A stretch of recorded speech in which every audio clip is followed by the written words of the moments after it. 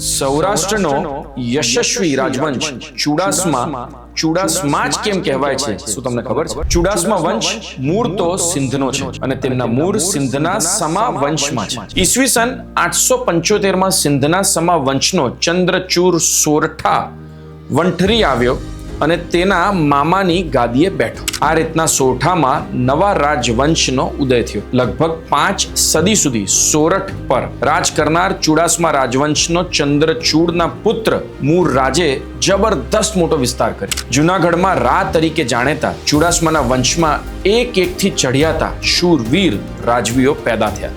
દિલ્હી સલ્તનતે જ્યારે ગુજરાત પર આક્રમણ કર્યું ત્યારે ચુડાસમા રાજવીઓએ જ એમની સામે પ્રતિકાર કરેલો. જૂનાગઢમાં રા માંડલિક ચુડાસમા વંશનો છેલ્લો રાજા હતો. માંડલિકે 2 વાર મમોદ બેગડાને હરાવીને પાછો કાઢેલો, પણ ત્રીજી વાર ઈસવીસન 1472 માં માંડલિકનો પરાજય થતા ચુડાસમા રાજવંશના શાસનનો અંત આવ્યો.